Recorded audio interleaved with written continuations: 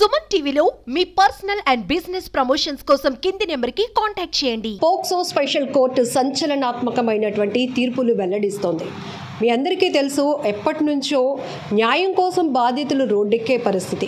చిన్నపిల్లలు, మైనర్లు, మహిళలు, వృద్ధులు ఇలా ఏజ్కి సంబంధం లేకుండా అఘాయిత్యాలు వారిపైన జరుగుతూనే ఉన్నాయి. అయితే ఇలాంటివి జరుగుతున్నప్పుడు ప్రపంచమంతా కూడా ప్రశ్నిస్తోంది. తర్వాత ఇలాంటి వాటికి పాల్పడిన మృగాలకు ఎలాంటి శిక్ష పడుతుంది అనేది కూడా అవగాహన చాలా తక్కువగా ఉంటుంది. కాబట్టి ఇకపై ప్రతి స్పెషల్ కోర్టు ఇస్తున్నటువంటి పోక్సో స్పెషల్ కోర్టు ఇస్తున్నటువంటి సంచలనాత్మకమైన తీర్పులు మీడియా ద్వారా వెల్లడిస్తూ ప్రతి ఒక్కరికి ఒక అవగాహన కూడా, ఇలాంటి తప్పిదాలు చేస్తే జీవితం ఇంకా అంతమైపోయే పరిస్థితి ఉంటుంది. కాబట్టి ఖచ్చితంగా చట్టాలపైన ప్రతి ఒక్కరూ అవగాహన పెంచుకోవాల్సిన అవసరం ఉంది. మహిళలకు భద్రత కల్పించాల్సిన అవసరం సొసైటీలో ప్రతి ఒక్కరి మీద ఉంది. అయితే వరుసగా పోక్సో స్పెషల్ కోర్టు ఇస్తున్నటువంటి ఆ సంచలనాత్మకమైనటువంటి తీర్పులు ఏంటి, ఈ విషయాలు అయితే అడిగి తెలుసుకుందాం. POCSO special PP Karanam Krishna గారు మనతో పాటు ఉన్నారు. సార్, రీసెంట్గానే 2 కేసులు కూడా మనం చూసాం. ఒకటి మైనర్ అమ్మాయి వినపడదు అనుకుంటాను, అమ్మాయికి కూడా. ఏంటి సార్ ఇలాంటి పరిస్థితులు ఉన్నాయి? నమస్కారం అండి. 2016 సంవత్సరంలో గాజువాక ప్రాంతంలో ఒక మెంటల్ డిజార్డర్, అంటే అమ్మాయి కరెక్ట్గా మాట్లాడలేదు, కరెక్ట్గా ఎవరిని కూడా అంటే లైట్గా ఆవిడ మెంటల్గా మానసిక సమస్య ఉంది ఆవిడకి. వాళ్ళ అమ్మమ్మ గారి ఇంటి దగ్గర ఉంటుంది. వాళ్ళ అమ్మమ్మ గారు రోజు స్కూల్కి పట్టుకెళ్తూ స్కూల్కి తెచ్చేసేది. ఒకరోజు అమ్మమ్మ గారు పట్టుకెళ్తుంటే వెనక నుంచి ఈ జలసూత్రం వరం బుజ్జ సత్యనారాయణ అనే 2 వ్యక్తులు అమ్మాయి వెనక నుంచి ఒక అతను గట్టిగా కౌగులించుకోవడం, ఒక అబ్బాయి చేతితో పట్టుకొని అమ్మాయిని ఇబ్బంది పెట్టే కార్యక్రమం చేస్తే వెంటనే వాళ్ళ అమ్మమ్మ గారు కేకలు వేయడంతో వాళ్ళు విడిచిపెట్టేసి వెళ్ళిపోవడం జరిగింది. వాళ్ళని ఐడెంటిఫై చేసి గాజువాక పోలీసులు వాళ్ళని అరెస్ట్ చేసి కేసు రిజిస్టర్ చేయడం జరిగింది. కేసు రిజిస్టర్ అయిన తర్వాత మొన్న అది కేసు ట్రయల్కి రావడం జరిగింది. గాజువాక పోలీసులు కూడా, సిఐ గారు కూడా స్పెషల్గా దాని మీద ఇంట్రెస్ట్ చూపించి విట్నెస్లు ప్రవేశపెట్టి కేసు అంతా ట్రయల్ చేసిన తర్వాత జడ్జిమెంట్ ప్రొనౌన్స్ చేశారు. ఏంటంటే ఒక్కొక్కరికి 5 సంవత్సరాలు కఠిన కారాగార శిక్ష, 15,000 రూపాయలు ఫైన్. ఆ ఫైన్ అమ్మాయికి విక్టిమ్కి కాంపెన్సేషన్ కింద ఇమ్మనేటట్టు గౌరవ న్యాయస్థానం వారు ఆనంది మేడం గారు అది తీర్పు చేయడం జరిగింది. ఇలాంటి విషయాలు సొసైటీకి కూడా ఒక మేల్కొల్పు. ఎలాంటి అమ్మాయిలకు కూడా ఇలాంటి విషయాలు చేసేటప్పుడు ఏదో మేము చేసేసి వెళ్ళిపోతాం కదా, వాళ్ళ పేదలు, లేకపోతే వాళ్ళకి వెనక బ్యాక్గ్రౌండ్ లేదు అని ఆలోచన చేసే ఇలాంటి వ్యక్తులకి గుణపాఠం లెటక ఇలాంటి శిక్ష పడింది, ఇలాంటి తీర్పు. ఇకపోతే రీసెంట్గా నిన్న వచ్చిన ఒక కేసు, అది ఎయిర్పోర్ట్ పోలీస్ స్టేషన్ పరిధిలో 2021 సంవత్సరంలో.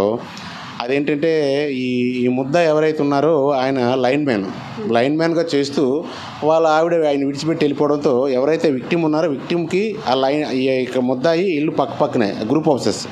ఈ అమ్మాయి రోజు పిలిచి ఆడుకునేటట్టు అమ్మాయిని మచ్చిక చేసుకుని ఒకరోజు 2021 సంవత్సరం డిసెంబర్ 21వ తారీఖు అనుకుంటాను, ఆ అమ్మాయిని వచ్చాము ఇంటికి తీసుకొచ్చేసి సుమారు 2 గంటల ప్రాంతంలో ఇంటికి తీసుకెళ్ళి పిలిపించేసి ఆ ఇంట్లో అమ్మాయిని ఏంటంటే సెక్సువల్గా ఇబ్బంది పెట్టే కార్యక్రమం 2 నుంచి 4 గంటల వరకు వాళ్ళ ఇంట్లో ఉంచాడు. ఆ తర్వాత అమ్మాయి వచ్చేసిన తర్వాత వాళ్ళ అమ్మగారు ఆ ఒళ్ళేది రుద్దేటప్పుడు అమ్మ నొప్పి ఉందని అమ్మాయి చెప్పడంతో, ఎందుకు అలా జరిగింది, ఏం జరిగిందంటే అంకుల్ ఇంటికి వెళ్ళాను కదా, అంకుల్ ఇలా చేసాడని చెప్పడంతో వెంటనే వాళ్ళ నాన్నగారికి, ఎవరైతే విక్టిమ్ నాన్నగారు ఫోన్ చేయడం, ఆయన ప్రైవేట్ ఎంప్లాయ్, ఆయన రావడం వచ్చింది. ఇమీడియట్గా ఎయిర్పోర్ట్ పోలీస్ స్టేషన్లో కంప్లైంట్ ఇవ్వడం జరిగింది. ఇమీడియట్గా అది ఎయిర్పోర్ట్ చిన్న అమ్మాయి, సుమారు 5.5 years అమ్మాయి కనుక ఇమీడియట్గా దిశకి ట్రాన్స్ఫర్ జరిగింది. దిశ ఇన్వెస్టిగేషన్ ఆఫీసర్ ప్రామ్ కాజల్ గారు కానీ అప్పుడు ఆ టైంలో ప్రామ్ కాజల్ ఇన్వెస్టిగేషన్ చేసి పక్కాగా సాక్ష్యాధారాలు కానీ, ఎవిడెన్స్ కానీ, మెడికల్ ఎవిడెన్స్ కానీ, టెక్నికల్ ఎవిడెన్స్ అంతా రికార్డుగా భద్రపరిచి విట్నెస్లు ఇచ్చేసి ఈరోజు ట్రయల్ వచ్చిన తర్వాత ఇక్కడ వివేకానంద ఐసీపీ గారు ఉన్నారు, ఆయన పర్యవేక్షణలో ట్రయల్ మోయింది. అందరు విట్నెస్లు వచ్చి బాగా చెప్పడం జరిగింది.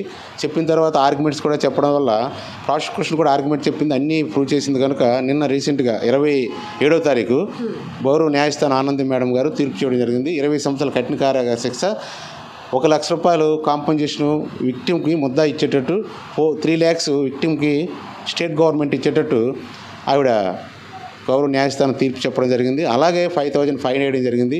అంటే ఇలాంటి తీర్పులు ఏంటంటే ఎవరైనా చిన్న అమ్మాయిలు చెప్పలేరని కానీ, లేకపోతే అనాథలు, పేదలు, ఇలాంటి వ్యక్తుల మీద ఏమైనా ఇలాంటి అగాత్యాలు జరిగినప్పుడు ఎవరైనా ధైర్యంగా కంప్లైంట్ చేసి మాకు న్యాయం కావాలని ఎవరైనా నిలబడగలిగితే లాస్ట్ వరకు ఖచ్చితంగా న్యాయం జరుగుతుంది. దానికి ఉదాహరణ ఇలాంటి కేసులు.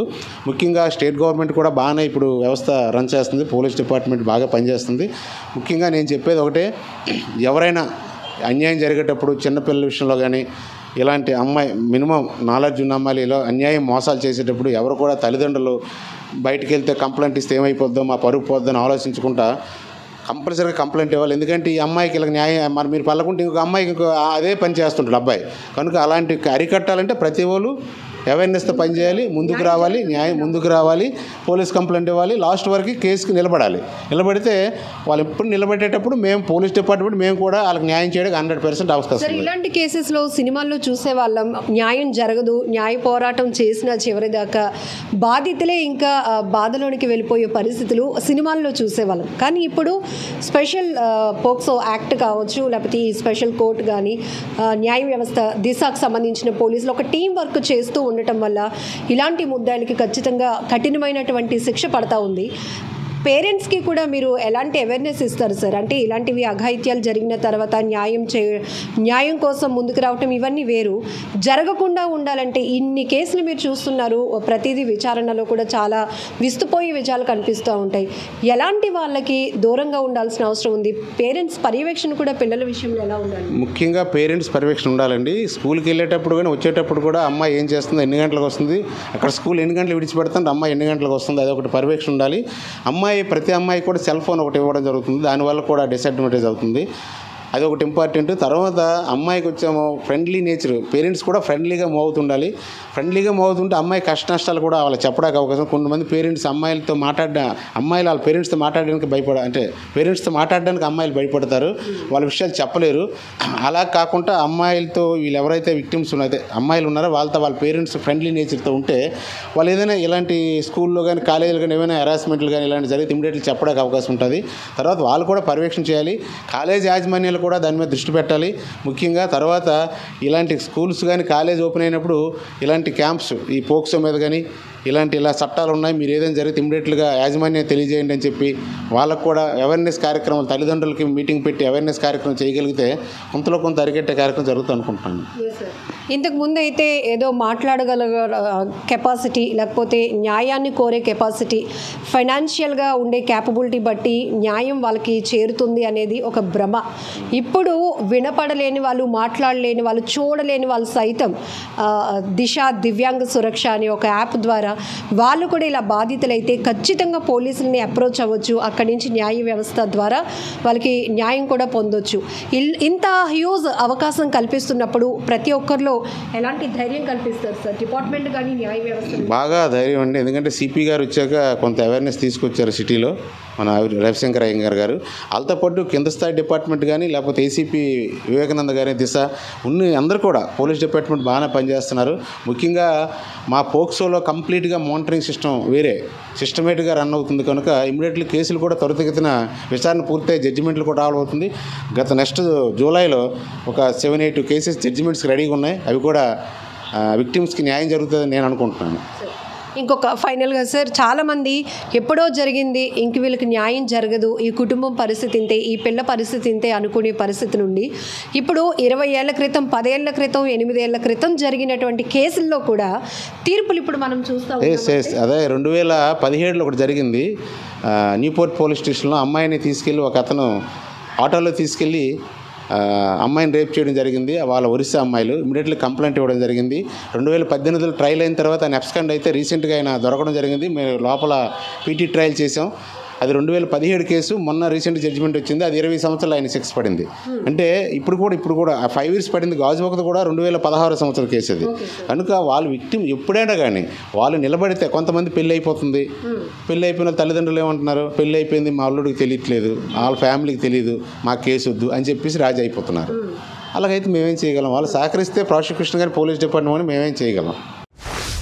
బాధితులు అనేవాళ్ళు మాట్లాడితేనే కంప్లైంట్ ఇవ్వగలరు, చూడగలిగితేనే కంప్లైంట్ ఇవ్వడానికి అవకాశం, వినగలిగితేనే కంప్లైంట్ ఇచ్చే అవకాశం కాకుండా ఇలా అవకాశం లేని వాళ్ళు, చెవిటి, మోగ, అలాగే కళ్ళు కూడా కనిపించలేని పరిస్థితిలో ఉన్న వాళ్ళు కూడా ఎక్కడైనా ఇబ్బంది పడితే ఆకతాయిల వల్ల ఇమీడియట్గా పోలీసు వాళ్ళని ఎలా అప్రోచ్ అవ్వాలి అని చెప్పి పెద్ద ఎత్తున అవేర్నెస్ క్యాంప్ కూడా నిర్వహించారు. దిశ దివ్యాంగ సురక్ష అనే యాప్కి అంబాసిడర్గా యూట్యూబర్ ఇన్ఫ్లుయెన్సర్ హర్ష సాయిని కూడా బ్రాండ్ బ్రాండ్ అంబాసిడర్గా పెట్టడం జరిగింది. దీనిపైన ఒక స్పెషల్ నెంబర్ కూడా ఏర్పాటు చేసి ఎవరైనా బాధితులు ఎవరైనా ఎనీ ఏజ్ గ్రూప్ ఎలాంటి పరిస్థితిలో ఉన్న వాళ్ళైనా ఇమీడియట్గా వాళ్ళు ప్రొటెక్ట్ చేసుకోవడానికి పోలీసుల్ని అప్రోచ్ అవ్వచ్చు అని ఒక అవేర్నెస్ క్యాంప్ ఇప్పుడు ఈ మధ్య కాలంలో చూస్తున్నాం.